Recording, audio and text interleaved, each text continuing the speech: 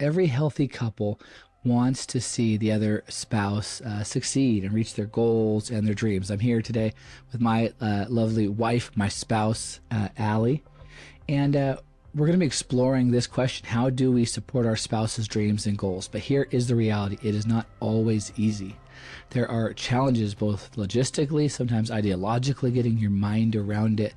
And we're going to kind of unpack some of those. We're going to just share our journey and where we're at today.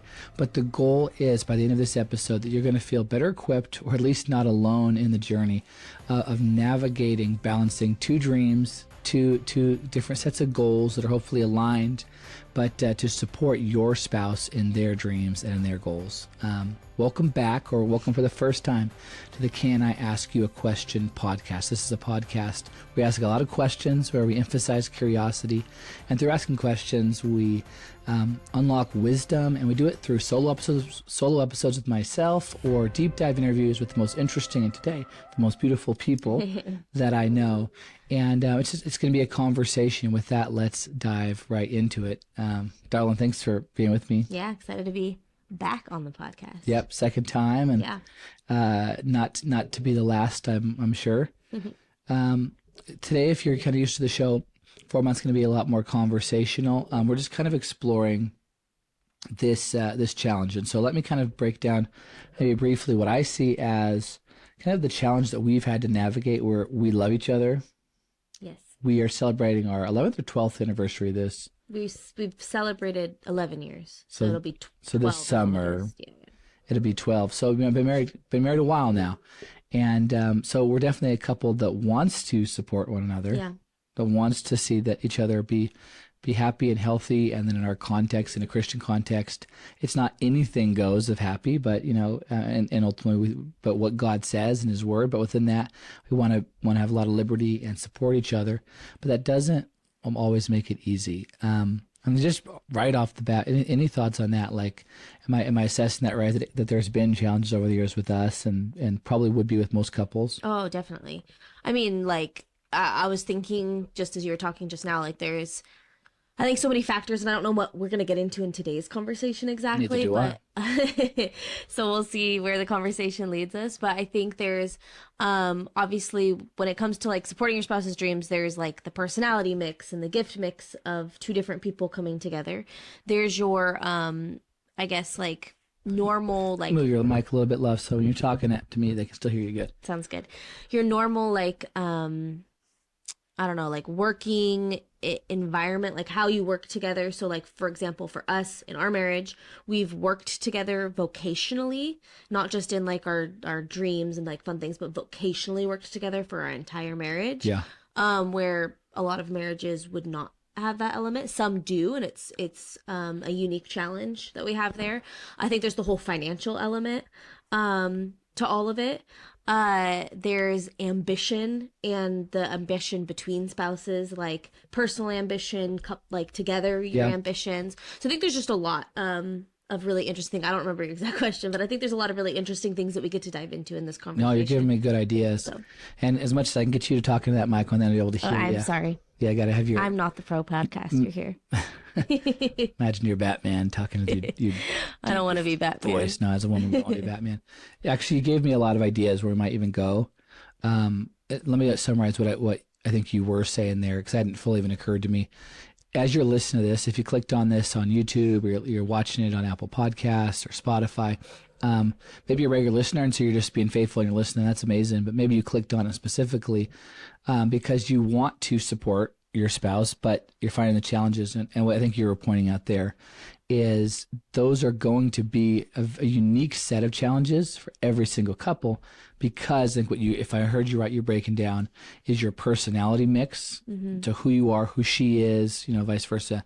The season of life you're in, the education, your finances, and then your particular goals are going to some things will be easier for you that are harder for other couples. Totally. And some things will be much harder for you that are easier for other couples. Was that kind of was that kind of the big point there? Totally.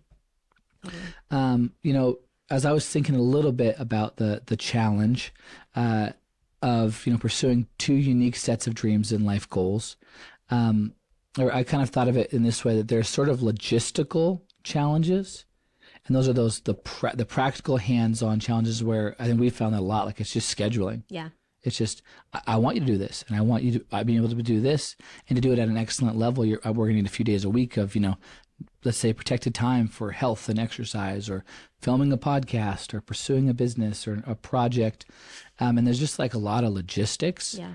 And then, ideological, logistical, and ideologically, based upon like your worldview. Some watching this may not affiliate with any religion, and particularly, let's say, not Christianity, and you just sort of,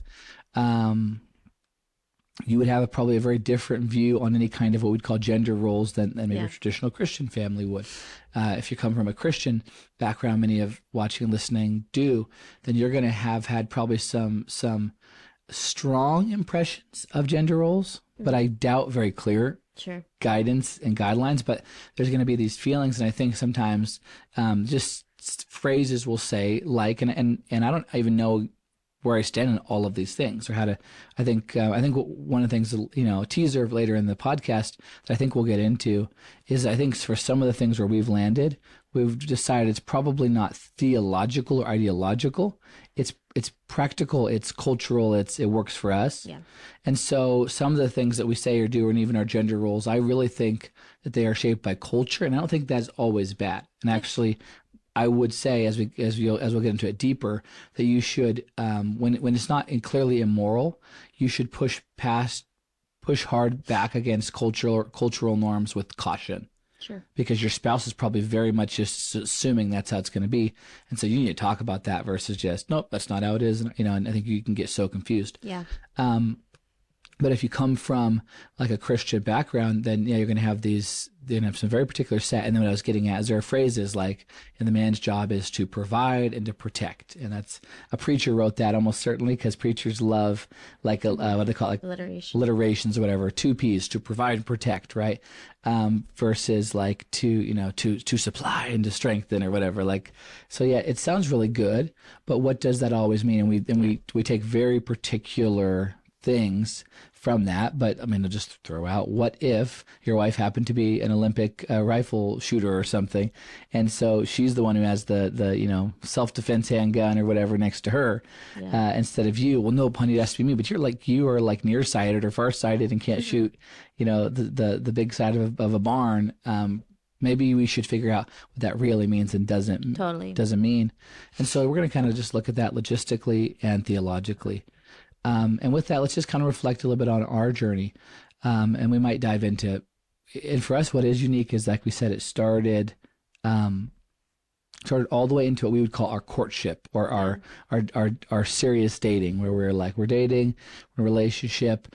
But we were very much like, we already knew from day one that it was either going to be, which is probably a whole other episode, but either going to be marriage, or we'd break up. We're going to casually date for years on end. And so from that moment on, we were always in pretty close proximity of work and collaboration, whether on serving projects at church, or then I think once right before we got engaged. Right before we got engaged, yeah. Actually, you coming on to the small company that I had started. Yeah.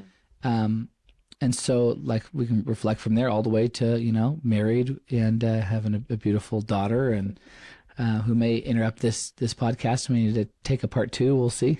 Yes, we'll see.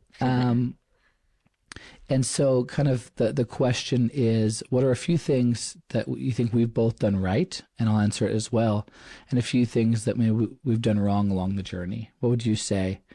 And I think we'll both try to be honest and introspective on our side and kind of own it. And then, but you could tell what I did wrong too. And then we'll give some advice, kind of, we're going to be giving some advice from the guy perspective, the female perspective, and then actually kind of crossing it. And so my thoughts for gals and your thoughts for guys, and kind of go from there. Cool.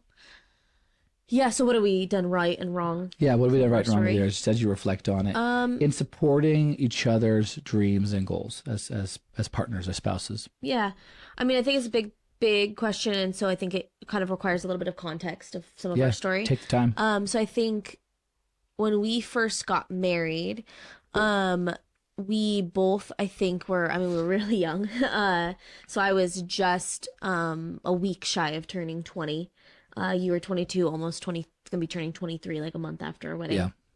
So we 20 and we 23, were really freshly young. minted. Yeah. So we were really young and, wanting to change the world and I think both of us had big ideals of what that would look like. And I think some of that, the big dreams, maybe, I wouldn't say got in the way, but definitely like, I think when we work with, college students primarily.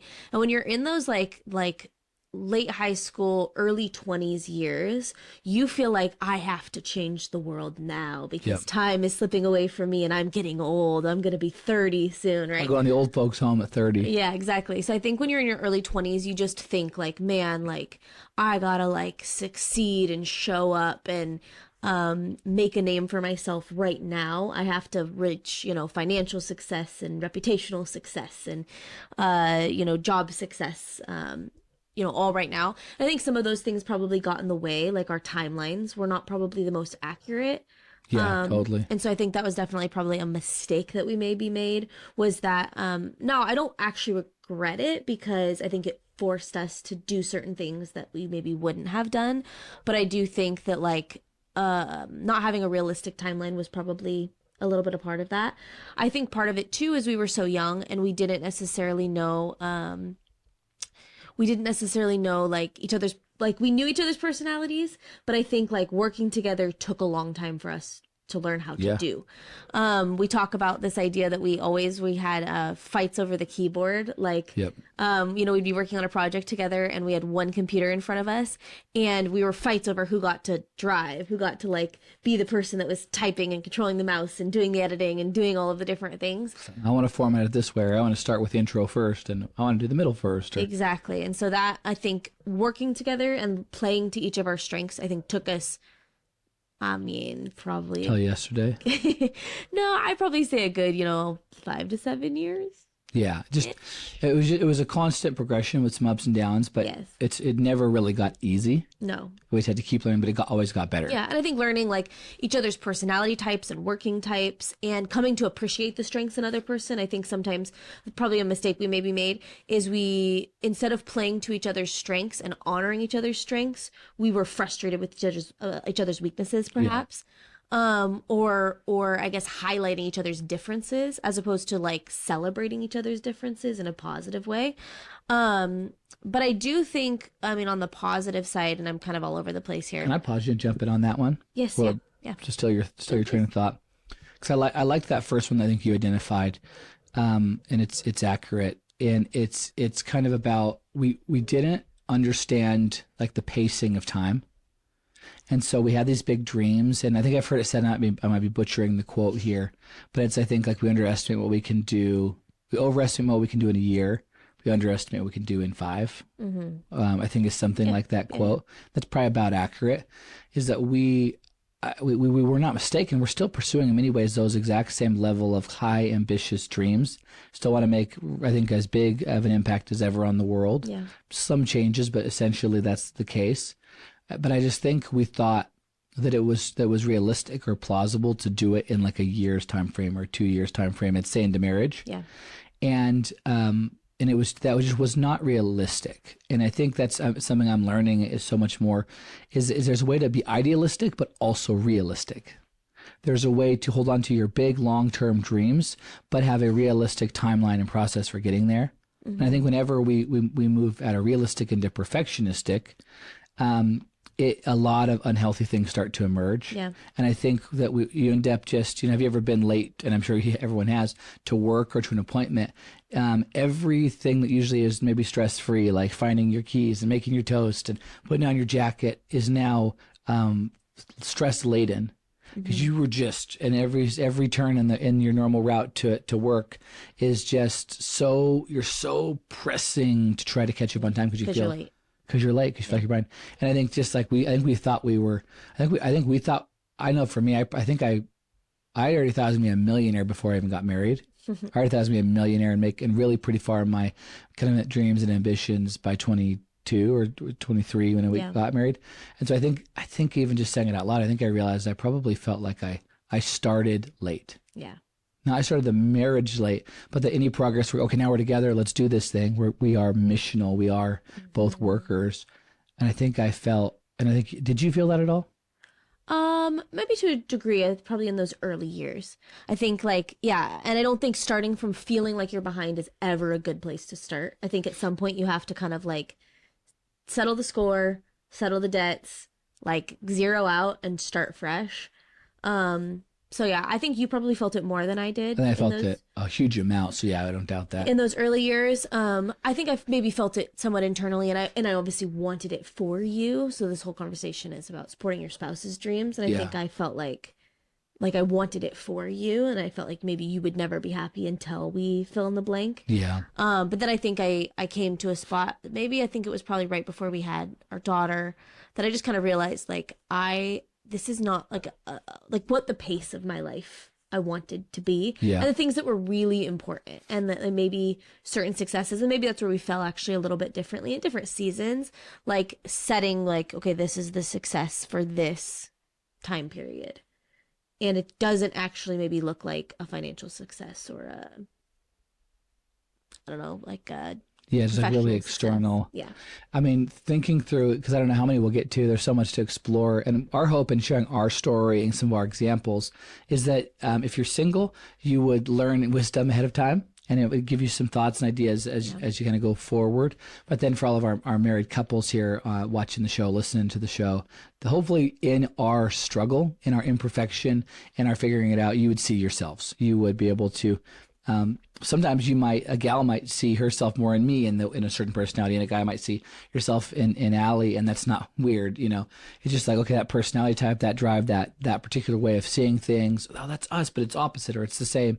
But we're hoping that then through that you realize you're not alone, A, and B, any wisdom we can share with you to do that, and then C is to spark your own ideas, spark your own curiosity. Okay, that's how they solved it. It's solvable, Yeah. or at least it's approachable. How are we going to approach it? How are we going to solve it? Yeah. Um, if I had to summarize our and we're going to keep digging on this question because we just kind of just had to scratch on the surface. But if I had to summarize a lot of our problems, I would say if someone had talked to you that had been like, she has much more realistic views and timelines for you as a couple, Mm-hmm. and I would have had it very unrealistic. And so, on one hand, I would say an outside observer would I think would have gone like, Geno, you're causing. If you'd stop these unrealistic things, you're causing a huge part of the problem. What I would say is if on the opposite side though is probably if a really wise person we're chatting with Allie, they might have said, "Hey, this is who you married." Yeah.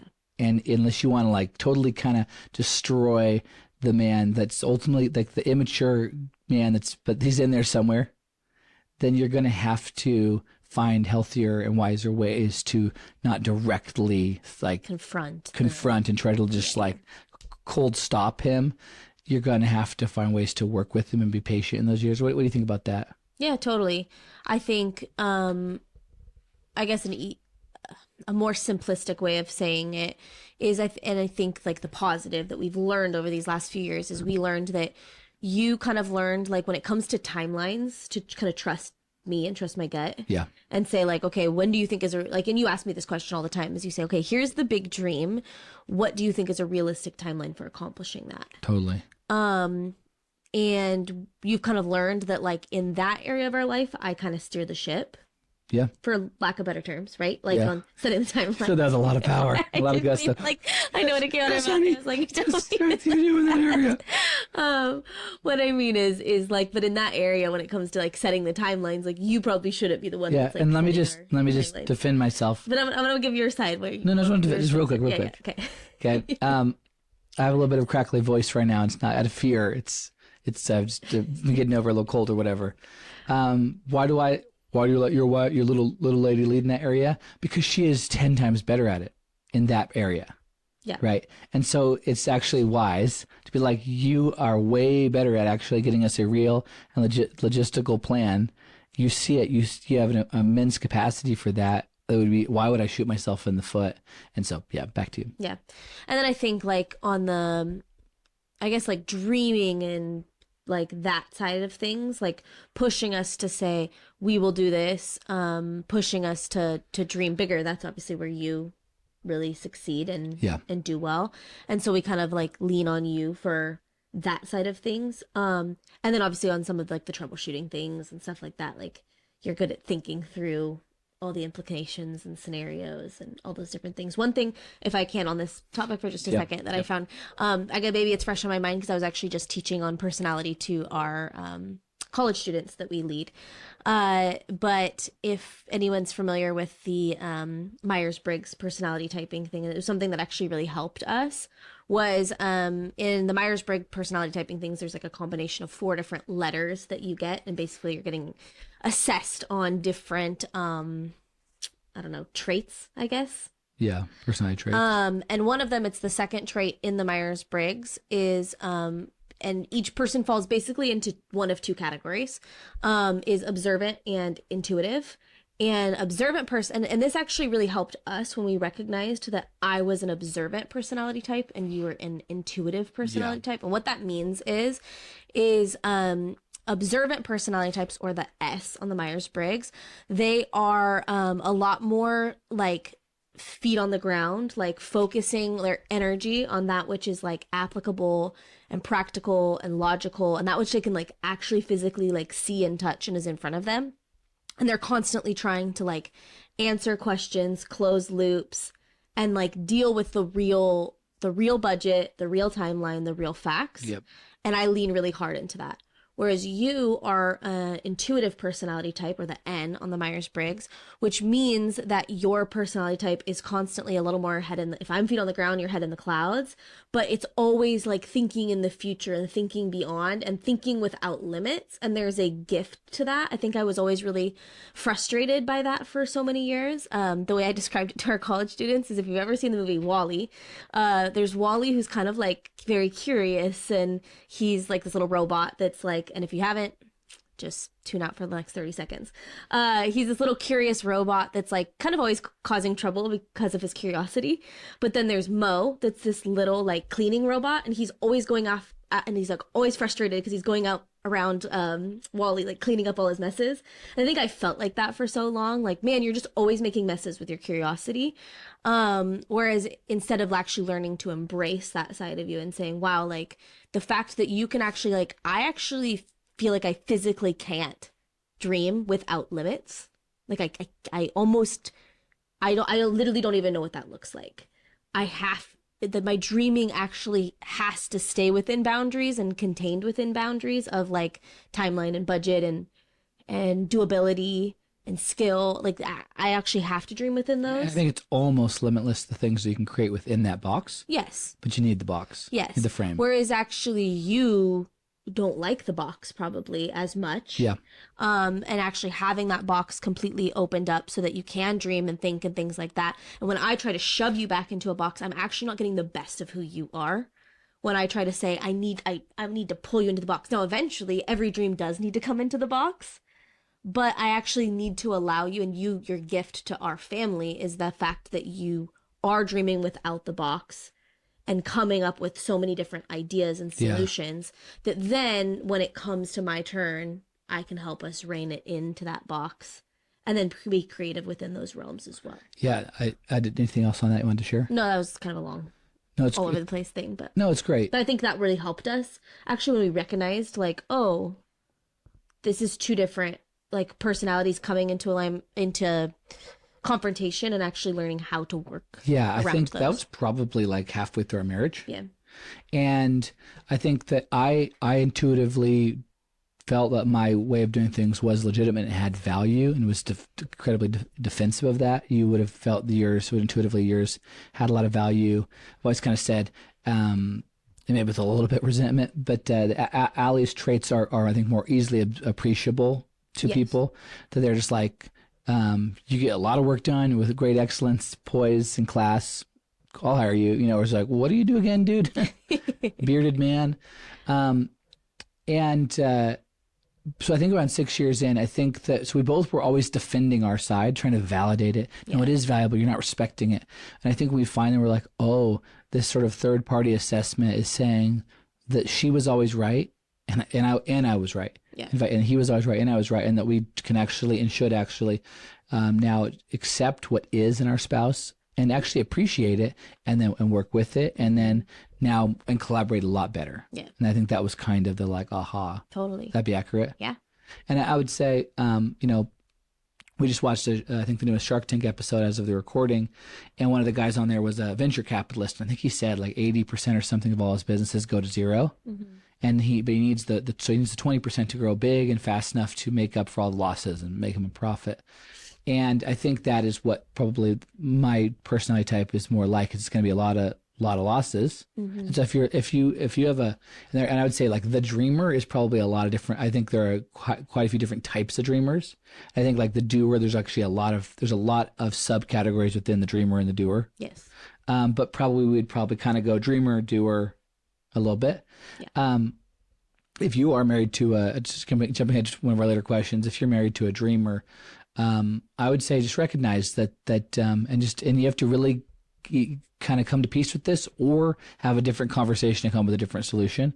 That you're going to have a lot of strikeouts, that you're going to have a lot of projects that just feel wasted because they didn't lead to an A plus from the teacher, but that is really kind of the only way to potentially have a home run, and so you have to, I think, weigh that out. Yeah. And I think that's been that conversation with us for over a decade. Is like, yeah, but if one of these works, you're gonna love the results. If one of these works, totally. And then vice versa.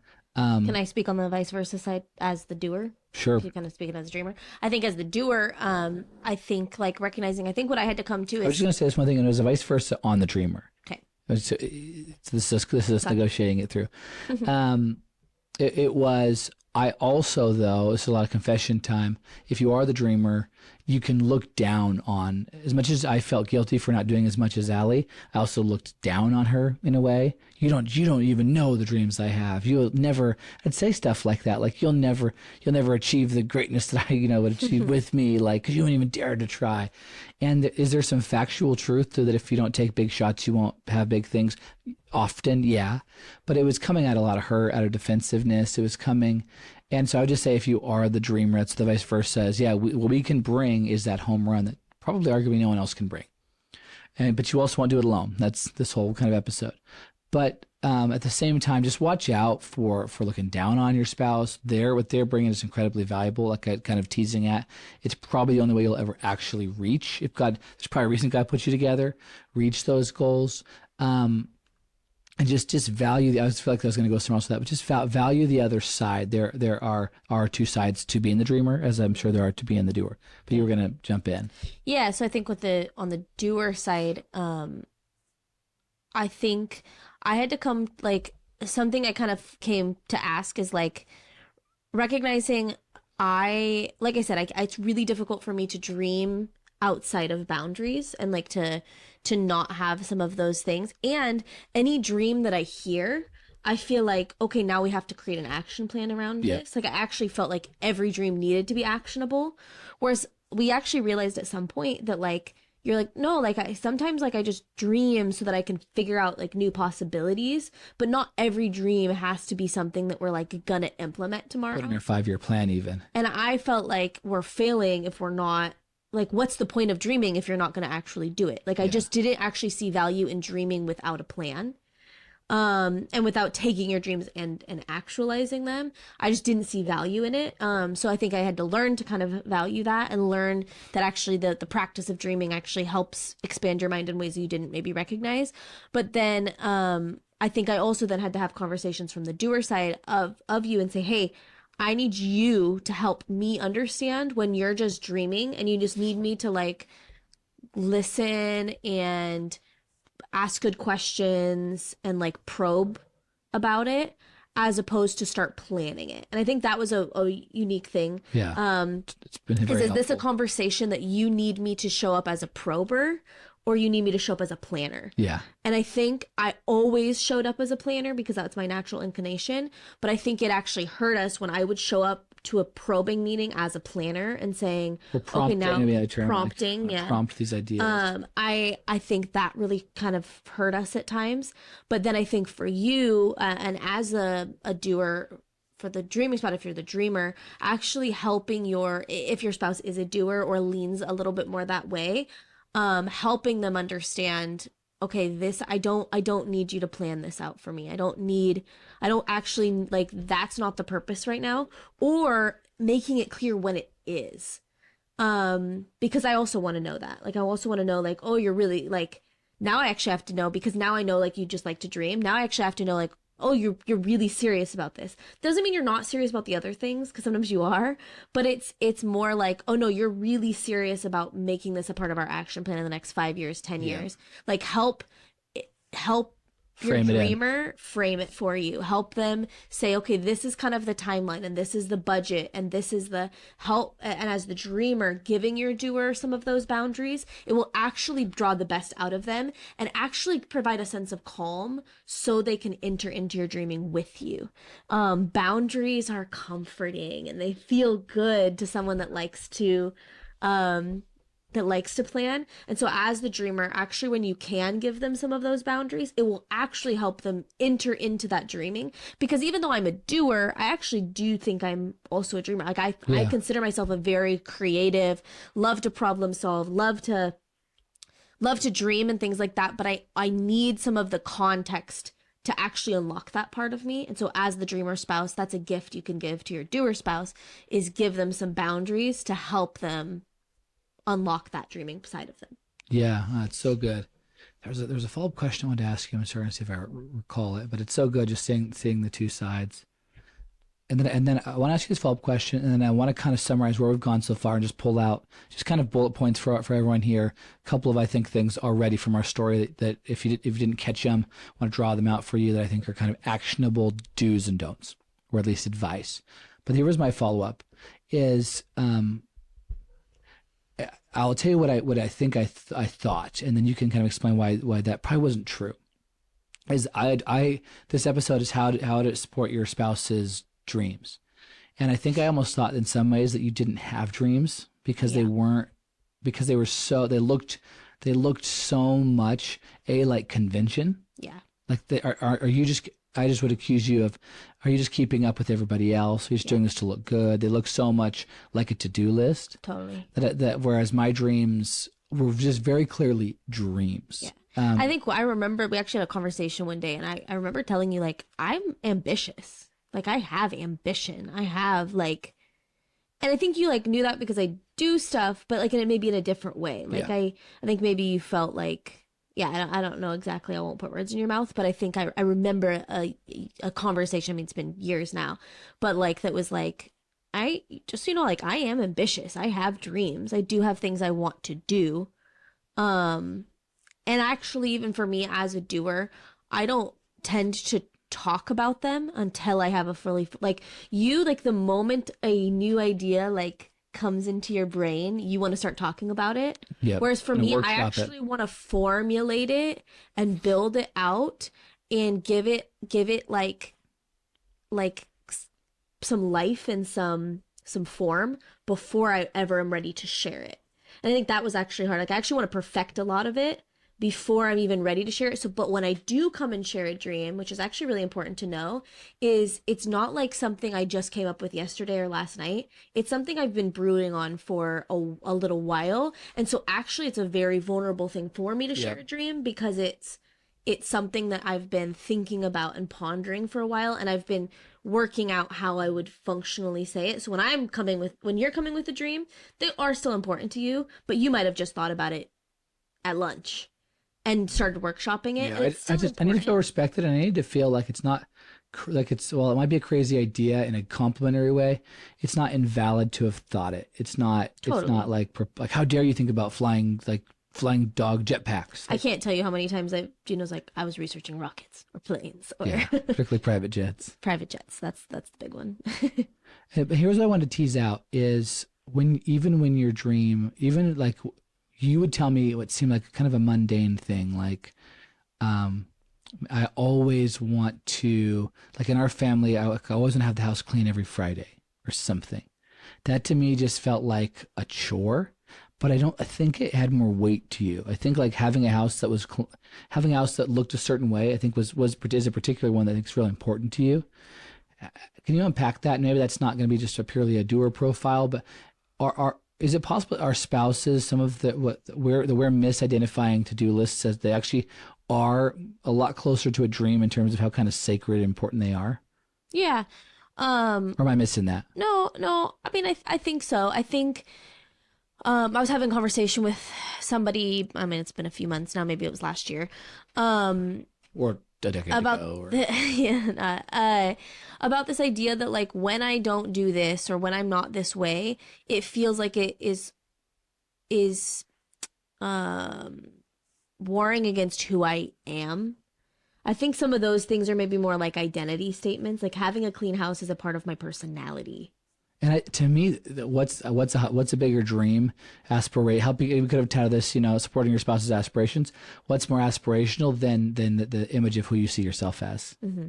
Totally. Right? And is that but it is important. It is in those to dos where they have the sacredness, if they do, and the touchiness. And you're saying it's not so much. If it is a dream, it's a very different. It's about the story you tell yourself about who you are. Yeah, totally. And if you don't do those things, then you aren't the smart, capable, classy woman. Or even like I don't know if we're gonna get into some of like the more practical side of things we should. A bit with like family and kids and schedule and budget and some of those different things. We just did a big house project that was like a big dream of mine to accomplish, of like remodeling different rooms in our house and things like that. Yeah, super cool. And two of the rooms we did was our bedroom and bathroom. Well, very rarely do we ever have people in our bedroom or bathroom. Like the only people that see those rooms are us, for the most part. And our like, daughter. And our daughter. So like it's not like it's like you're like showing it to other people. But when I can like come now into our like newly remodeled bedroom and bathroom, it feels like me, like that dream actualized, like having a beautiful space to like live in is actually like, it feels like deeply intrinsic to who I am. And like having an ugly space to live in, like actually feels like it wars against who I am, which is a funny thing. But that, I mean, that's a personal one for me. Obviously, take it into the context of like what your context is, because it may not be like aesthetic or different things like that. But it's why like any dream that somebody has, any business that somebody launches, typically it has some of the personality and flavor and the aesthetics of the person who owns it, because it's any business ambition. It's an overflow and of an expression of who a person actually is. Or who they want to be, or who they want to be seen as. Totally. And so like most people don't like decorate a restaurant that they own in a way that is unappealing to them. Yeah. That's only appealing to the like mass market. No, like the best way to do it is actually like saying, I love this, and I bet there's other people out there that love it too. Yeah. But that's what's going to succeed, is when it's actually coming from the overflow of who somebody is. I don't know if that kind of answered your question at all, but yeah, I mean, it opened up more questions and it answered some. It's interesting. I think, once again, just clarifying, what is the problem we're trying to help you solve that we are solving?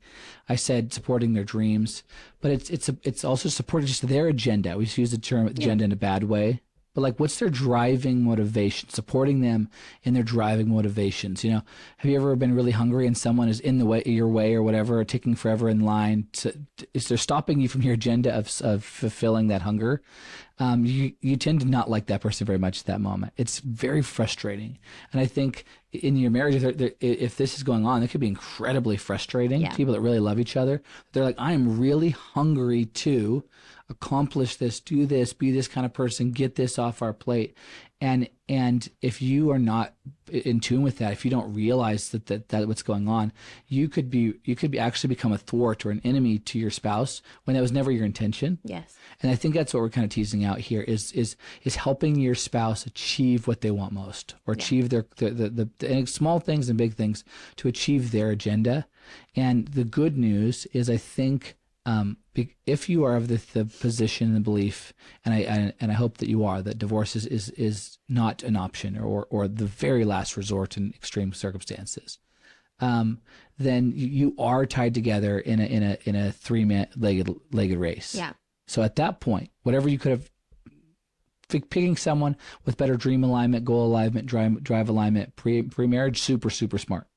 But now you are married. And so working with them is always going to be more productive than working against them. Yeah.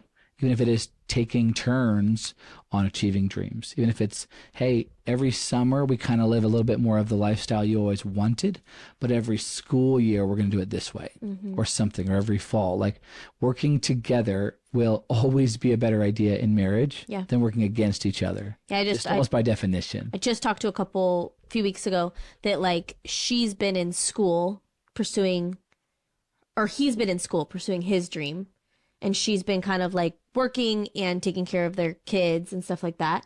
But then in the next term, they're switching, and she's going back to school, and he's actually going to be kind of like a little more like carrying the home front and some of those different things. Like, So it's a way of taking turns. It's a way. yeah, so they were even like educationally, they have little kids, and they like realized they couldn't both be in school at the same time. Like it just didn't functionally work. So they've been taking turns on who gets to get their degrees to pursue the things that they want to do. That's And I so think it's good. cool. Married couples or with children probably are, we learned that with, I think having our child helped us probably learn that take turn lessons better than anything. Yeah.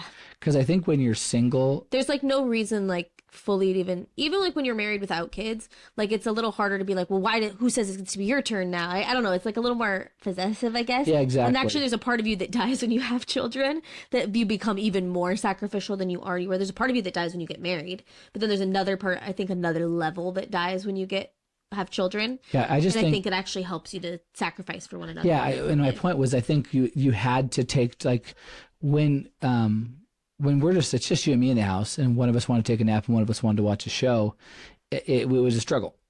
And it was kind of like, I don't know, but once you had children, it was just like the only way to get a nap, or only way to watch the show, the only way to get the time is to work together. Yeah. And so now I'm not resenting that you may go first or I may go first. Yes.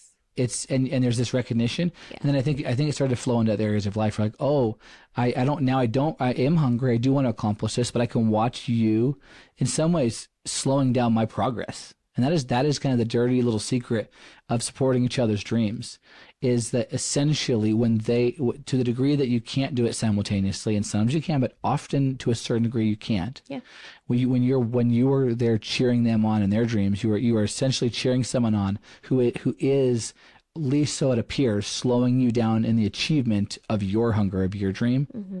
And that can be so frustrating if you're not mature, if you don't see it right. But when you start to realize that once you accept it, and you can go, I can cheer you on because I love you selflessly, hopefully, but B, because there will be that moment when you will cheer me on. And I think a big part, And then it's like, then yes, it is taking turns, but it feels more like two pedals on the two Yes. feet on the pedals. and I think a big like next level secret is actually when you can learn to make your spouse's dream also your dream. Totally. So I think like there's like I think there's one level that's kind of like we both have our own dreams and we're supporting each other in them. But it's another level when you can actually say, I'm choosing to make their dream my dream. And then good. when you're actually saying it's quote unquote my turn to wait and let them pursue their thing, it's actually not stopping you or slowing you down. Yeah. It's just switching between. That's so good. So level one is probably where I spent a lot of our marriage, is at best, I'm going to sacrifice my dream so you can do yours. Yeah. But I think it's only very, very recently, I agree, where I'm just like, I think you've even just kind of said at times, like, you in some ways called me out for not caring enough or something. Yeah. And so I And think I've had to like cultivate that. Like, when I pray, when I dream, because when I pray and dream, just very practically, kind of go like through a list, like, how's my health? How's my wealth? How's my relationships? How's this area of work? How's this area of this particular goal I have? And something that's been helpful is I've been including now, how's Allie's health? How's her goals? Has she achieved that? Was there a delay? And I think just including that in the litany for me, it's helped incorporate so that they are a lot more our dreams, Yes. even when they originated from you. Yeah. And when they originated from me. Totally. So yeah, I think that just really helps. It's another level of I think maturity and thought when you actually say, okay, it's not me saying I'm sacrificing my dream for their dream. It's actually saying I am pausing one of my dreams for another of my dreams. And I think knowing, even for us on a practical side, that sometimes though it doesn't actually look as flashy, so you have to kind of keep that in front of you, because sometimes like us pursuing quote unquote your dream looks like me doing the childcare or doing the carrying some more on the home front, or carrying Yep. more on certain other things so that you can do that thing. But it's actually saying, no, in me doing this, I am actually being a part of accomplishing it, as opposed to like I'm just sitting here waiting, doing the junk job while I wait for my turn, as opposed to saying, no, this is my contribution to our joint dream together. When Yeah, you it's so have that good. mindset, I think it just shapes and it creates a framework for pursuing dreams together that is so much more healthy and joyful than it is if you're just saying we're independently pursuing our dreams. It's kind of that Stephen Covey principle of independence versus interdependence. I think it's that new level of interdependent work and dreaming and co-laboring together. Yeah, I so agree. Um, like you were mentioning, Allie just did a really ambitious, probably more ambitious than you realized. I'm good with timelines, but mine was a little off on this one. That's true. She has really good timelines, but yes, something happened, or that means you knew and you were catfishing me or whatever. No, I wasn't, but it was very hard. Um, she's really proud of her.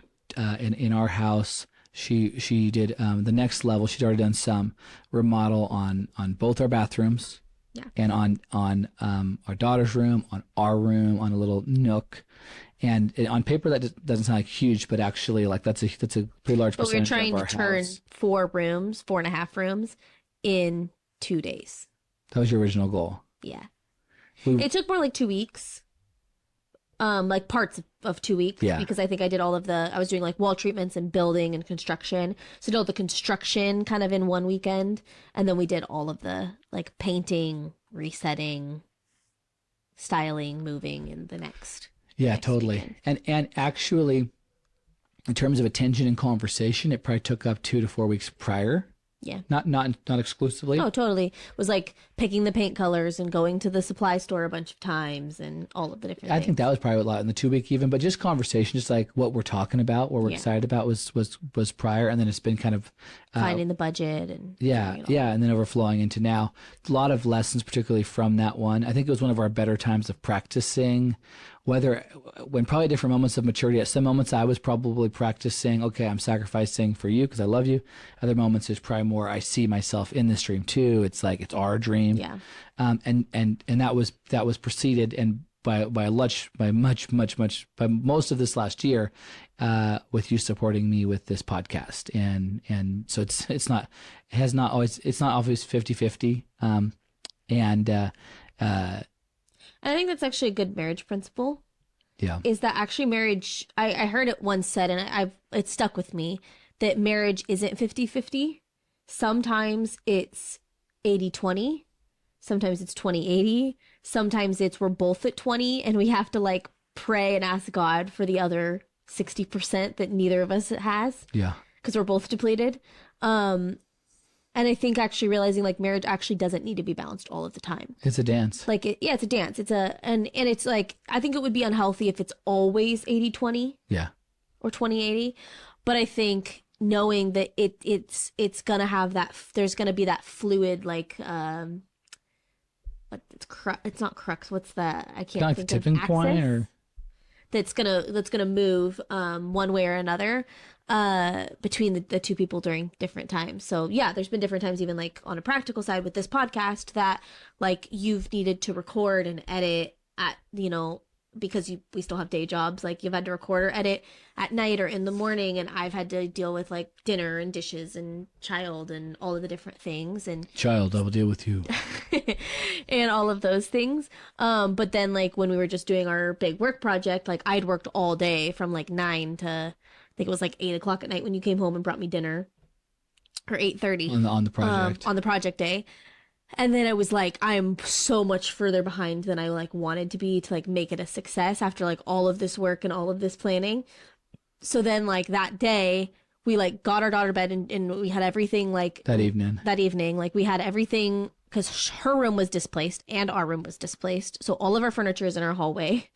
And we just like made a bed for her on the floor in the living room and like got her down to bed, which like at the end of like a super long day is like exhausting.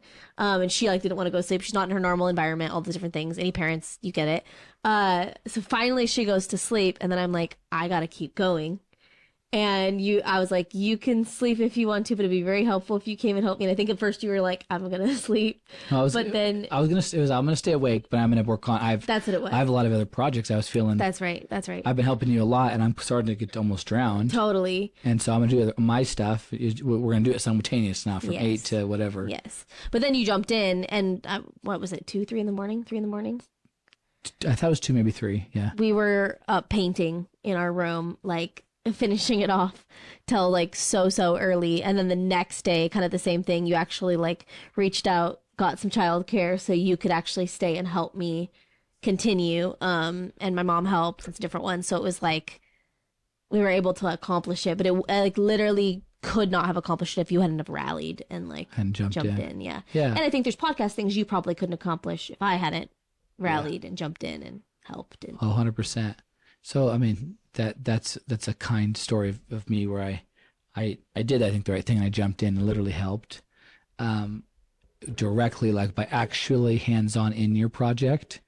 And then what I was going to throw out too, kind of in that particular situation, that I think is a good parallel for many times when you're supporting, is it is funny. Ali has the power tools in the family.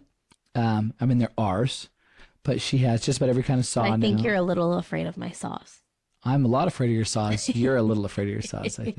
Oh yeah, I think it's good to have a little bit of healthy fear, but you're more scared of my sauce. I am, and I'm afraid that you're gonna, that you would, lose a finger or something. Or get something in my eye.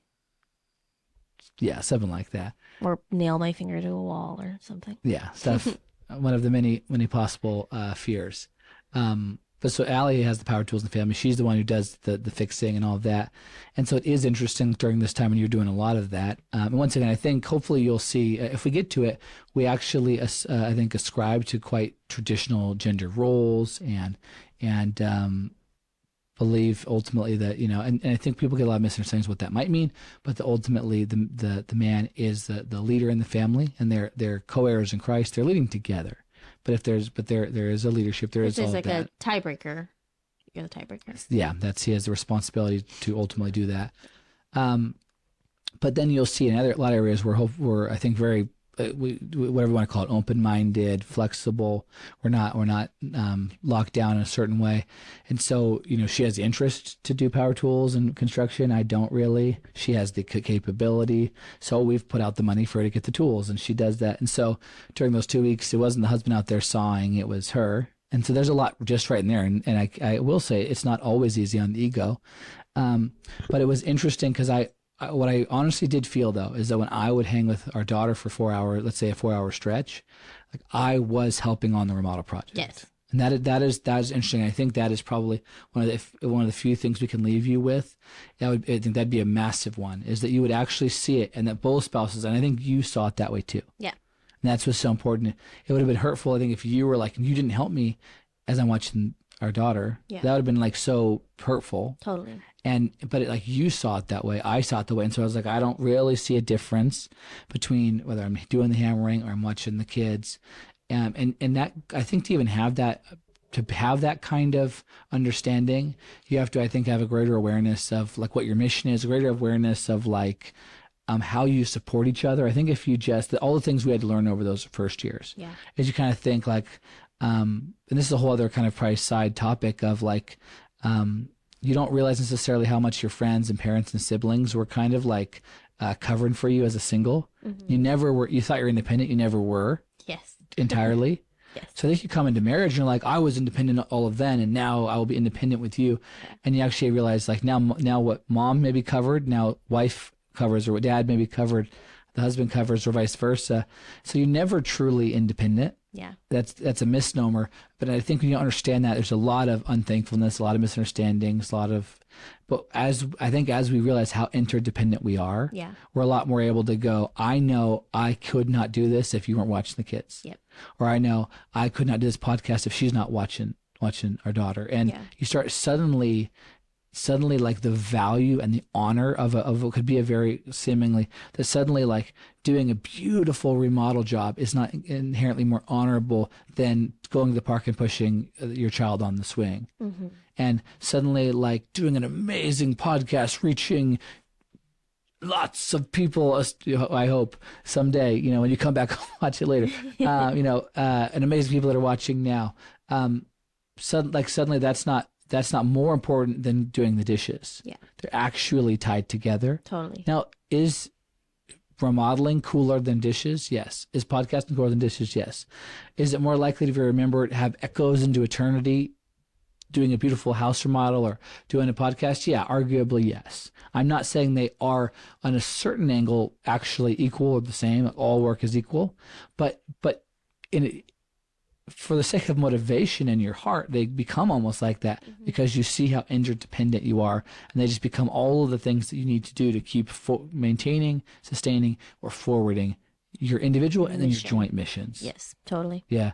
What I wanted to do, if you're good, unless you had any thoughts on that, is kind of recap a little bit some of just the lessons and points from our journey. I have a few in my head, or Sure. I think they're, and I set them to the side over here in this part of the brain. I think they're going to come back. See if you can recall. See if I can recall them, and then we'll keep moving on. Is that any thoughts before I do? That's great.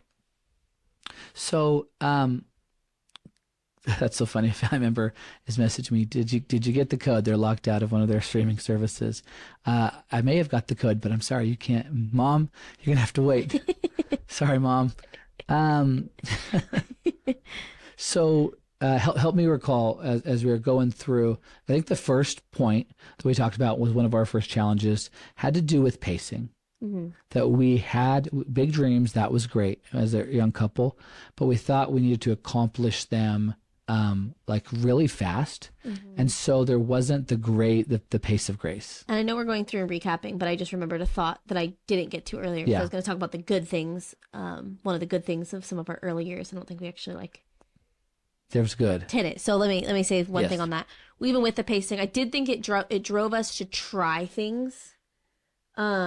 Which I don't regret. I think that all of those different things, I think people say, the different things that fail, that's like the cost of tuition. Yeah. And I think we got a lot of tuition, a lot of learning, in those years because we felt this, like, I have to do it and I have to do it now.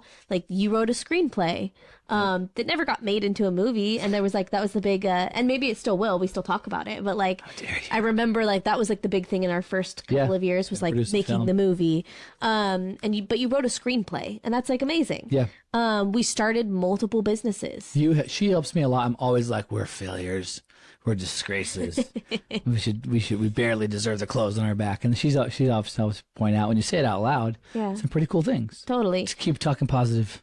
Totally. So I think we did that. We started multiple businesses. There's a joke that I think I've built a website on almost every single platform that I know of. Yep, I think you did WordPress so templates, many. I think. I mean, well, everything from WordPress, Kajabi, Squarespace, Wix, Canva, like this different subscription, like a subscription. Yeah, all of the Subly. Yeah, Subly, all of the build your own site things. I've done them, and they're all a little bit different. So I've built a lot of websites over the years because we've had a lot of different business ambitions and dreams, and pivots and things like that. Obviously, professionally, even at the church where we work, we did a lot of just different innovations and things that we've grown and that are still growing there and different things like that. So I think just recognizing we've actually, it caused us to actually accomplish a lot of things, and pushed us. The ambition wasn't all bad. The timeline wasn't actually all bad because it actually pushed us to learn things, try things, do different things. Yeah, it's we got a monitor of our daughter, and she's stirring. We're doing this in the morning. That's so good. There were a lot of positives, and I think you can go back through your reading. Yeah. So summarizing it, how I would have categorized it, but that inspired me. How I would have categorized it is that we just got the pacing wrong. But I would say another way is we lacked the context to set useful expectations. Yes. Because I think because like you're saying, do we really regret? I can, and that'd be a whole other episode probably. And it is really beautiful. There is no business we've done. None of them are wildly successful, but everything we have done later has always benefited from everything we did prior. Yes. I think the website for the church that we both work for, actually, I think one, basically it was in the top 10 on a known, I think, website or something. Is that accurate? Yeah. And Ali was a big part top 10 church websites. Yeah. And Ali was a big part of working with a design firm or whatever they were called. Yeah. to like build the like structure. And I think actually I've heard like other churches now use the structure that we built for our website, because actually the design company pitched something different. And actually knowing it was like, no, I think navigationally this is how it should Yeah. be. And I think But other that's a ones have fruit. taken it. Yeah. That's a fruit. I'm proud of you. Well done. And then that's a fruit of all the websites. Yes. The physical budgeting journal system that we created, and we found the printer and we did it. Now I was seeing one of the different like printable kind of a small book at our church, and I saw it and I was like, is that our monthly money journal? And I look at it and it's a different thing, but I think it's same printer, Yeah. same probably design ish. Yes. And it was like, that's great. Like, that's a great printer. That's a great thing. And that is a direct like ancestor or whatever of something we had learned. Yep. So, so I don't know that like we said, we don't necessarily regret our journey, and it's been beautiful. So that's where, I was going to say, The realistic expectations. the expectations. I think what I regret is not enjoying those early years. Yes, because I think we spent a lot of time feeling behind, and like you mentioned earlier, like I think that feeling of feeling behind will sabotage, not just like literally sabotage, because it totally does do that too, like gets in the way and causes you to make more mistakes or do different things, but it also just like it robs all of your joy and your peace. Yes. When you feel like you're behind, it's really hard to feel at peace when you feel like you're late. And that's what I feel like. That's what I regret, is like not just being at peace, not just being in the moment. And I think if I had known, and like now looking back at how young we were, how we would call ourselves kids at that age, and you know, we're just even younger at 20, right? Yeah. I would have been like, hey, you guys are ambitious. You're trying things. Like, enjoy failing, enjoy trying. You're going to have a lot of tries between 20 and 31, and between 23. Did I just turn 23? You were almost 23. Yeah. Like, 23. a month after marriage. Yeah. You were 23 and 34 now. What was that? Between 23 then and 34 now. Yeah. Like 11 years later or whatever, you're going to have a lot of tries. You're going to have a lot of at-bats. Just enjoy it. Yeah. But I think we didn't. And so I hope, especially if there's a younger couple listening, or you just still find yourself in that, stop in supporting your spouse. I think you're going to have to stop fighting who they are and working with it. Mm-hmm. And I think you're going to have to stop fighting who you are. I think stop. And I've just been on this theme on the podcast for the last few weeks and conversations. I keep hitting it week after week. These unrealistic expectations that this culture is so good at setting up in us. These perfectionistic tendencies, or maybe very like the opposite. They're very what's the term? Pessimistic tendencies. Like, but just when you don't really understand the season you're in, you're so much more unsatisfied and frustrated. And I think if we had just, and you're trying to be someone you're not. Yeah. Well, but this couple does this way, or their speed is this way, or they find that so effortless. Like, you got to work with what you got. And I think if I just recognized that, like, if someone could have just told me, you are awesome, you're an awesome young man, but you don't really know how to control the machine that is your mind, the idea machine, it's going to just kind of be like going a little mad scientist, and it's probably not going to lead to very stackable results. But that is okay. Love the wife of your youth, have fun, try things. And if someone had told her, like, this mad scientist will start to focus in a little bit, might even make you some money someday. We're still kind of working on that one. We still are working on that one. Love him, enjoy, laugh with him at that. I think we could have enjoyed. And if someone told me, like, this beautiful wife of yours is perfectionist and like making a beautiful home, but she'll chill a little bit, like, but I think we just didn't have the context to set realistic expectations. Yeah, I think over the years you've probably tightened up and I've loosened up. Yeah. In a good way. Yeah, totally. Yeah. Or you've calmed and I've clarified. Yeah. Another way of saying it. We are preachers too, so we always gotta, like, your destiny is found in the density of your heart. I don't know. I don't think I would have a dense heart. A dense heart. I want all of my heart is densely love you. So that was, I think, lesson one. And so as you're trying to support, if you find yourself squabbling, it may be a lack of realistic expectations and an understanding of where you're at. Maybe just pause and just sit as a couple and go, like, this is probably what we're going to make economically. I was talking to someone that we were doing some life planning, and I was like, are you ready for this very big life thing? And they were like, on my own, no. And I was like, okay, well, what does that mean? And then basically it was like, but by God, I can. And I was like, in that situation, though, it was about like I was like, that's actually lazy thinking.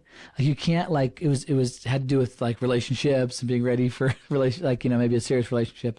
You're like, your plan can't be like, oh, I'm not ready for a relationship, but a miracle is going to happen to make me someone I'm not. That in that situation, that's not an appropriate use of a miracle. Yeah. It's just sort of bad planning. And I think sometimes we're just like, we're expecting, like, if I were someone else, but you're not someone else. Yeah. If everything in our world changed suddenly, there are miracles and there will hopefully be those beautiful moments of breakthrough. But at the same time, you are who you are. Your situation is your situation. And it's probably not going to drastically change in a minute. Mm-hmm. And so I think if you can kind of sit and accept it and go, okay, well, if we can't afford to go on the same vacations the other family members are going to go on, we've had that actually particular journey at times, and our family's so generous and wants us on all of the trips and all that. But what can we do? Yeah. Okay, if I'm not going to switch jobs right now, we got this major expense, and we're not going to be that a movie where we just sell our house and live in a car, which I've suggested to Ali like many times. Not a car, but like a Sprinter van, Which is a car. Which is a car. Nicely appointed. A nicely appointed. I've said car. I've suggested a nicely appointed car. Not a okay. But you're probably, if we're not going to go and do that, like I'm thinking, then we pursue happiness, and we're not going to risk it all. Then we're probably going to stay in this job. So how do we find the happiness? How do we make this work? Yeah. And that'd be probably lesson number one from our journey, was just about the timing and all of that, and calming down and making now work. I think lesson two, what do you think would say is lesson two? Anything come to mind? Knowing each other's personalities, gift mixes. Yeah. Knowing where they fall on some of those, whether dreamer, doer, is the way you want to put it, or other things as well. Knowing and appreciating the strengths and weaknesses found in one another, and learning to play to each other's strengths and minimize each other's weaknesses, and appreciate, celebrate them, and like truly celebrate them, as opposed to like quietly resent them, or like be like, yeah, no, it's probably good, but I like my gift more, or whatever. But 100%. And I'd say, if you're like us, and if you at all, I think, did it right and really sought God in the prior to your marriage, then I think you can have a strong likelihood that you are with the person God always intended you to be with. Mm-hmm. And we could kind of dig into that theologically, or one of the few that were out there in the world, but they really were kind of like divinely placed. And if you're divinely placed, then you can have a very clear hope that there's a reason He placed you together. Yeah. But even if you don't ascribe to that exactly, or you're just like, you know what, if God was doing that, He's doing it against my will, because we were not. We were just in a very different people when we got married, mm-hmm. right? Maybe living in what Christians call the world, right?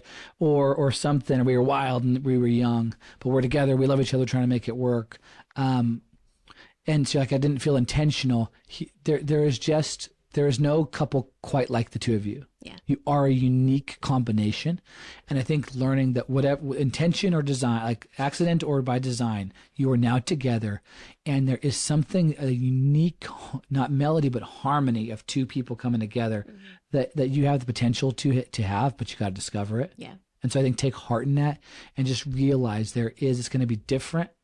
Don't compare, but there's a beauty here. Let's find it and let's maximize that. Mm-hmm. So the timeline and expectations, understanding each other. I think that really helps you set expectations. Yeah.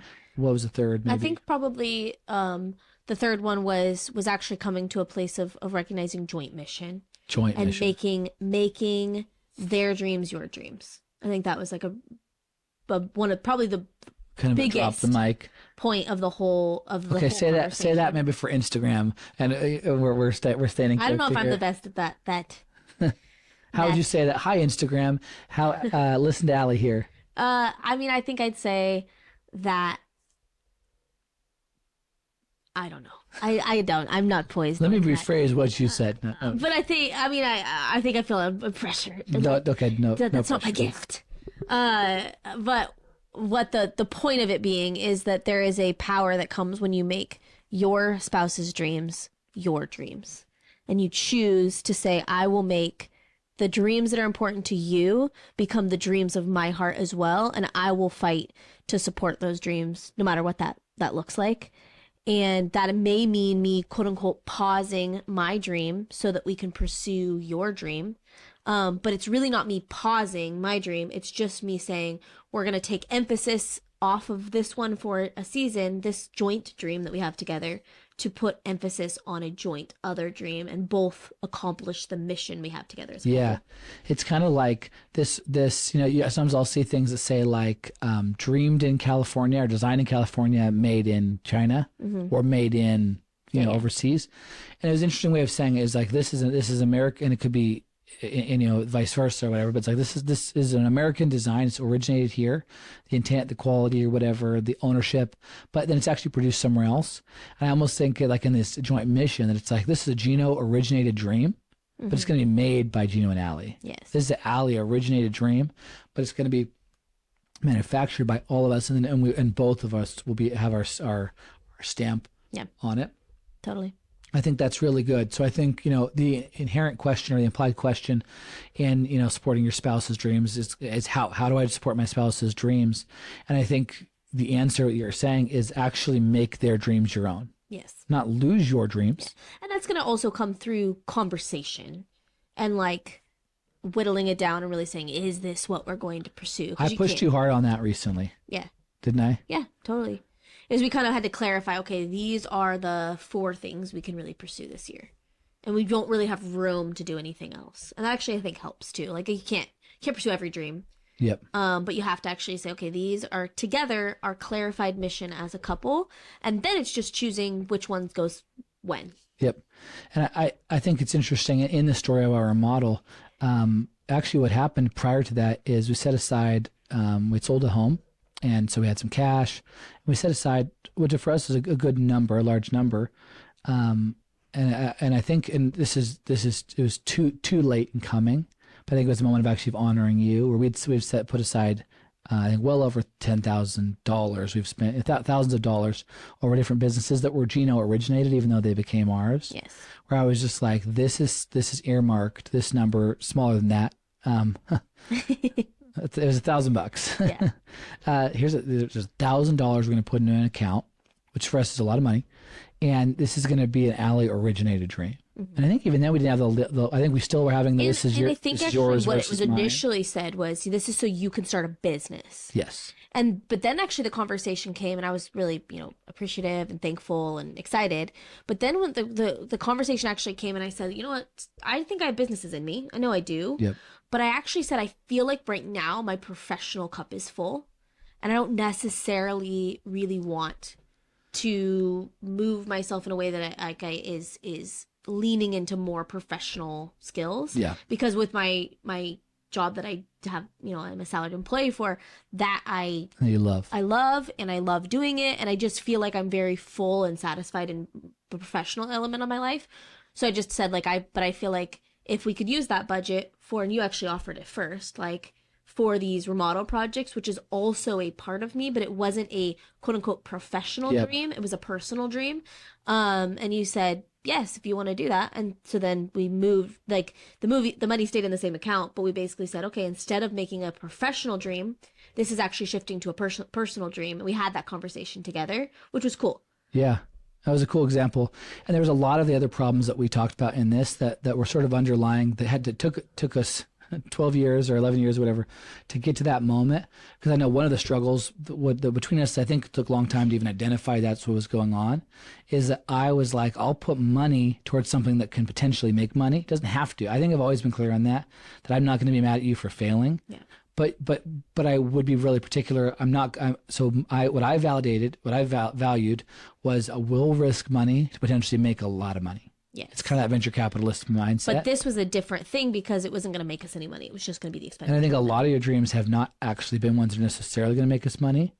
And I think it was one of the reasons I undervalued them. Yes. So now it was finally like. Exactly. I was going to say, I think we had to you had to actually realize things that are valuable. Things can be valuable without having to make us money. They can be valuable for other reasons. Yep. Besides financial gain. So let's move on to something kind of fun, because I do think that I know we probably have a child. There's the time is ticking. And at that point, we'll either wrap up really quickly or we will do a part 2. But I think we've done enough. We'll probably be done for now. Cap it here. Cap it but not now. Don't you dare stop the YouTube button there as you us here There's more YouTubers. wisdom. There's more wisdom to come. Um, but I want us to take a turn, and I want to kind of like push us into maybe a slightly, for like a slightly uncomfortable direction, just to make this itchy. It's not super uncomfortable, but I'm noticing a theme in the conversation, and it could, in part, is because I am not looking very good in this conversation, Okay. and there are two reasons for that, I think. Okay, and I'm doing this actually on purpose, and it's not to be self-defensive. Self-defensive, defensive. I'm doing this for two reasons. I think one reason why in our history of us and we're learning, I tend to be probably the bigger fool. I thought I'm making more mistakes as we were counting it, and we're learning lessons. And even though And I would say you make more mistakes because you take more at bats than I do. well, that's very kind. That's very kind. You're very respectful.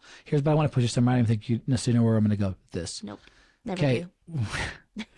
where we're counting it, and I'm coming up a lot with mistakes. One of the is how we're saying it. One of the reasons is I think because I made more. Factually, it's true. I made more mistakes. So it's tell the story. That's how it's going to align. I do think it's highly uncomfortable in our culture. A show, at least in the world we live in, the cultures we go in, a show that really highlighted how like awesome the guy was and made the girl feel anything less, right now is really uncomfortable. Totally. Whereas we are really comfortable with kind of laughing at the guy and empowering the woman. Mm-hmm. And that is actually neither is really great. So I would say, and I think if we end this, I can just already imagine the husband and wife conversations. And it's a bit more of maybe the wife looking at the husband like, I told you. And the husband been like, I'm a dunce. He just really wants to have sex later. So he just say nice things. And you move on. Just being real here for a second.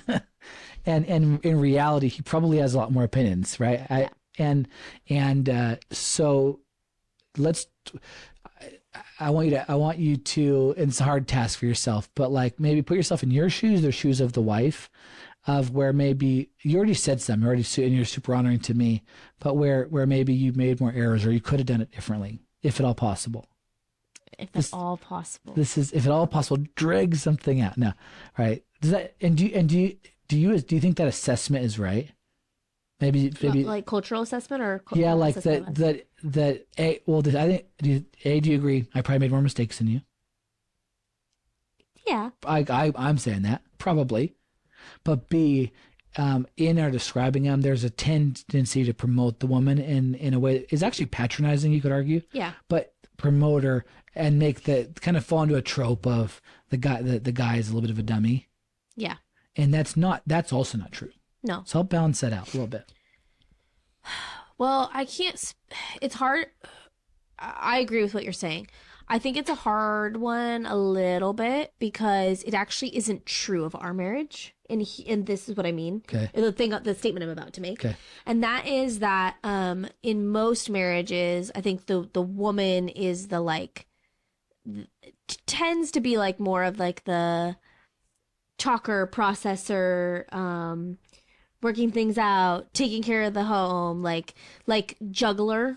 That one probably is still true for us, like the juggling side. Yeah. And I think women have a unique ability to do that. But I think like it's also hard because I think a lot of men maybe don't always share with their wives like what they're going through, the struggles, or things like that. This is where I think one of the questions you had that you asked was like, what's some advice for wives in general in this area and things like that. So something I've been kind of thinking about is this idea that I think I didn't recognize as a woman what how much pressure, because I know as a woman I feel a lot of pressure for like our home and our family and the cleanliness of our home and the way our daughter is dressed and the meals that I can make and things like that. I think those are just like pressures that most women tend to feel. Whether or not they're good at them is a different issue, but or should be good at them, but that's a pressure that they feel. I think I didn't recognize the pressure to like provide and lead a family that a man feels and how shameful it is. Like as a woman, I think it's easy to think like, oh, like just say you're bad at it, like it's not that big of a deal. Like I think women are a lot more like men are like they like kind of slough it off as being the dummy or different things that they're okay to kind of take that role. But in like the real like deep stuff, like we have a running joke, me and some of the like girlfriends, that if it's like going to be an all girl meeting, somebody's going to start crying because, or multiple people will start crying because women are a little bit more like really down on themselves, but they're actually okay with vocalizing their disappointment and their shortcomings, in like real shortcomings. Whereas I think men, maybe some of the deepest places of like, just like the deepest place, you use the term protect and provide, of like protecting and providing for their family and the weight that they feel for that. Even you, I don't think, have learned to, like now you do, but like learn to express that in a way that a woman can really understand the weight of that. I don't know if you think that that's Yeah, accurate. because I think I want you to not only be safe, I want you to feel safe. So then But if I have to tell you that I'm weak right now, yes, that it's like a big defeat. and I want you to see me as your protector. So it's even more than it's really quite self-focused, if not selfish. But I really want you to see me as your protector. Recognizing that like men have this, husbands particularly have this desire that they need to be seen by their wives and everyone else as a champion. Yeah. And I think that's probably one of the biggest mistakes that I made, was not making you feel like a champion. Yeah. And I think that's a big gift that wives can give to their husbands, is even when they fail, even when they make mistakes, even when all those different things, actually, like you said, like not actually saying like, yeah, you're the dummy and you made mistakes, different things like that. But actually, I did not, and I still have to work on it, making you feel like a champion because you are one. Not because like you need to feel like it so that you can actually be it, but like I actually think that like men that are trying to show up and lead their families and everything, I think they are champions. I think like what? That's good.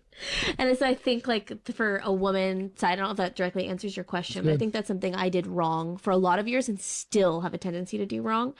And I'm still working on that, is helping your husband feel like a winner, like a champion, and helping him not in a patronizing way, because I think they'll see through that, and I think you see through that, but actually like finding ways to really convince you, like, I think like you are my hero. I think every man wants to hear that from their wife, that like you're my hero. Yeah. And I think or as a woman, I think is a lot more like, I want you to be my partner and my friend and like some of those types of things. And I want you to be proud of me, but I don't necessarily need that validation in the same way. Yeah. I want to be loved, whereas like men really need to feel like honored and like championed. Yeah. I totally agree. And I think it's a different angle of the conversation. It's super rich. I was kind of I was moved emotionally while you're talking. I love like a man camps when all the guys get together and we're just there for a couple of days. And there's a tenderness actually that men begin to show amongst each other. And it's this interesting mix of tenderness and masculinity. And like, it's a really cool, unique thing when the guys can be just themselves. And I'm sure there's a uniqueness when women are just among themselves. And there's a huge amount, I've heard it said, like, a man needs another man to affirm him. And that is so true. But I do think that there's also certain vitamins that really only a woman could probably grant a man. Yes. And I think that's interesting. It's like I don't, and it goes probably both ways. There's a certain point where women are always telling each other they're beautiful, but I suspect that whether a man, especially a man that they care about or is married to, thinks they're beautiful, matters a lot more. Mm-hmm. And I don't know if that is a parallel. And so I want a guy to think I'm a champ and a stud, but I really want my wife to think. Yeah, not to just be, and maybe I'm wrong, but not to just be like, man, I'm proud of you, but like impressed. I'm impressed by you. And that's a very different thing. And I didn't think I realized that was a vitamin you needed. And even, I didn't even know, and I still don't know fully, how to show it in a way that doesn't feel like, how to be intentional with it without making it feel forced, because it isn't. Yeah. Like, to actually give you the impression that actually is a true impression, but how to actually intentionally give that impression. I don't know if that makes sense. No, totally. It's hard to do, and I haven't. It's kind of like romance. We won't, embarrass anyone here. Romance is embarrass anyone here. Anyone? Me. Kind of like with romance, there's a part where like actually getting pragmatic and scheduling, and making space is total actually helps it, Mm-hmm. but you still want to keep it, but you don't want to kill the spontaneity. It's this interesting balance. Yeah. I'd say that about affirming our spouses. Yeah. So we talked about like, cheering along, but what does that mean? I think this is teasing into that. Mm-hmm.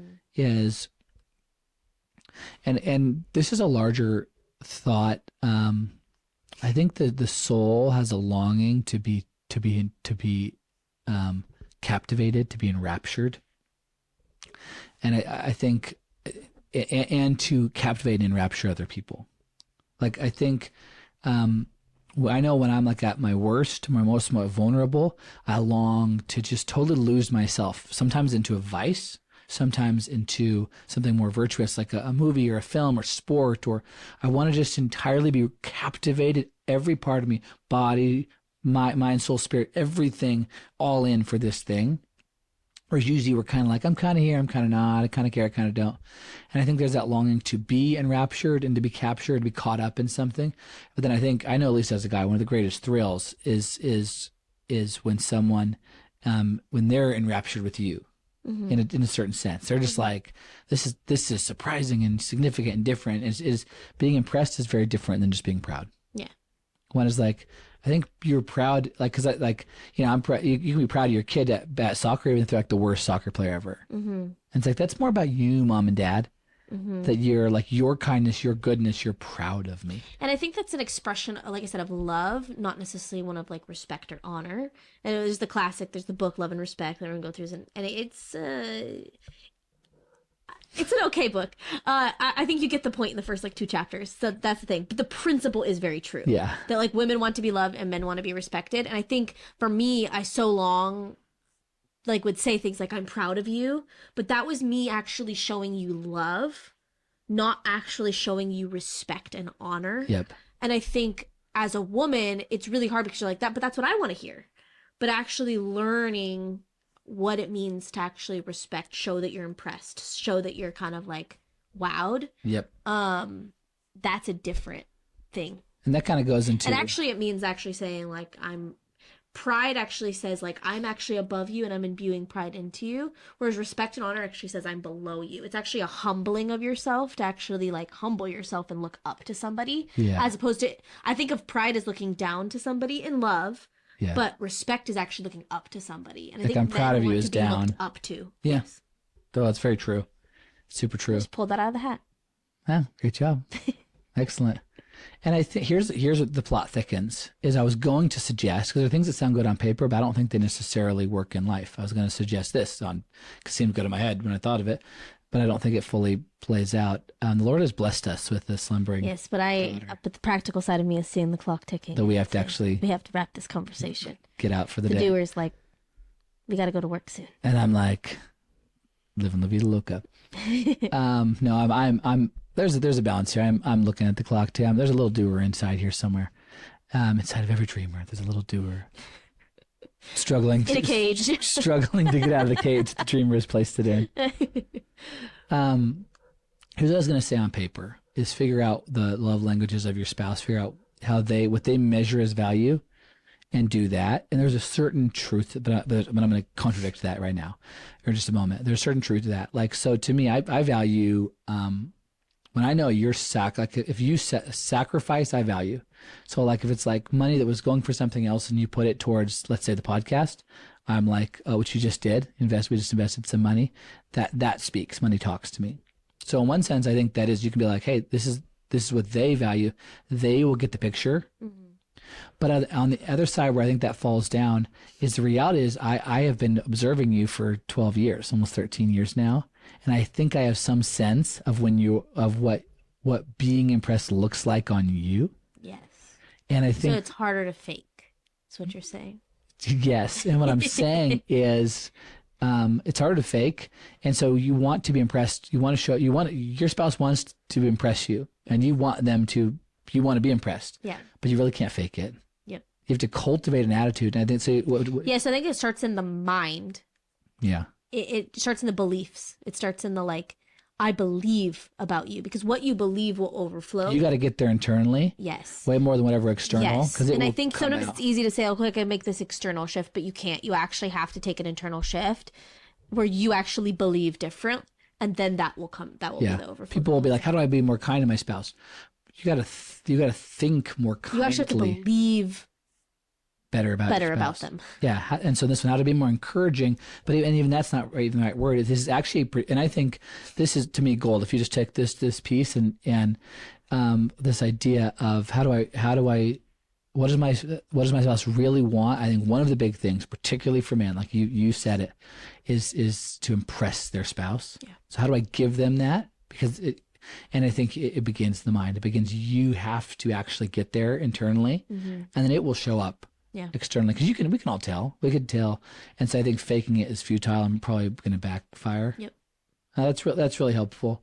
And I would just say, I kind of push you like to, say something bad about women almost, or let's balance this thing out. Or No, I've been wanting to say that thought since the beginning, so it's good. yeah, no, I really appreciate it. What I just wanted to say is, and I mean this genuinely, but I know we're being recorded. We're on a podcast. I don't want to, put on airs or whatever.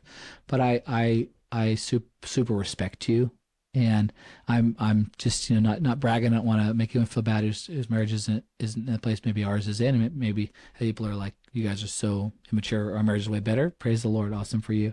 But I'm just super thankful for our marriage. Super thankful for you. Super thankful for just. And because I think we're getting into, that's why I thought this episode might get into a little bit, it's kind of the gender wars, the roles. And there is legitimacy to some of that. There are real questions to be figured out. There are real things to be negotiated. There are real perspectives that don't maybe perfectly, is the term, dovetail. Mm-hmm. There are sometimes kind of winners and losers in the moment, it can feel like. Yeah. It's like, well, there's the woman's perspective, there's my perspective.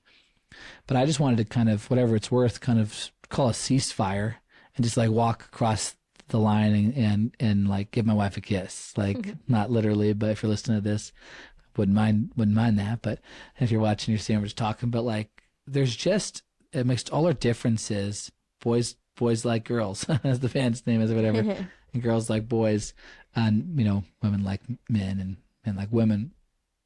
I hope it makes any sense. I just appreciate you. I don't get all of the differences.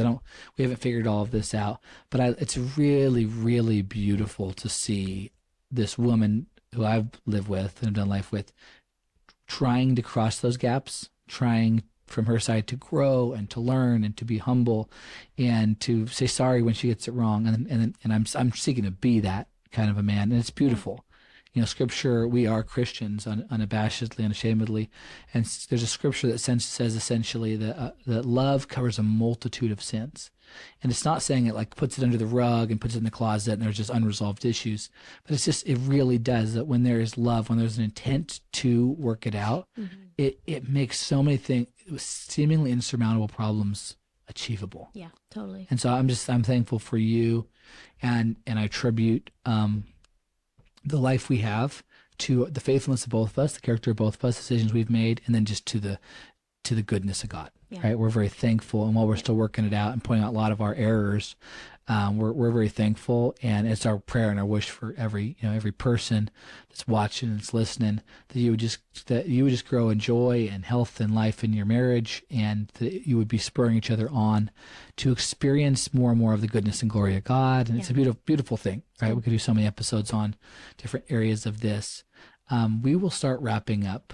What is there anything maybe you want to say you didn't, or advice for? You gave advice for, or I can ask you a question. What do you prefer? I don't know. Is there any burning thought that you didn't say? I don't think so. I think it's been a good episode. And you're thinking we should kind of wrap up soon. Mm-hmm. Okay. Final advice for husbands, because I think you gave it for wives. Yeah. And then I don't think I gave it directly for either, so I'll give real brief. I'll try to. Final advice for husbands.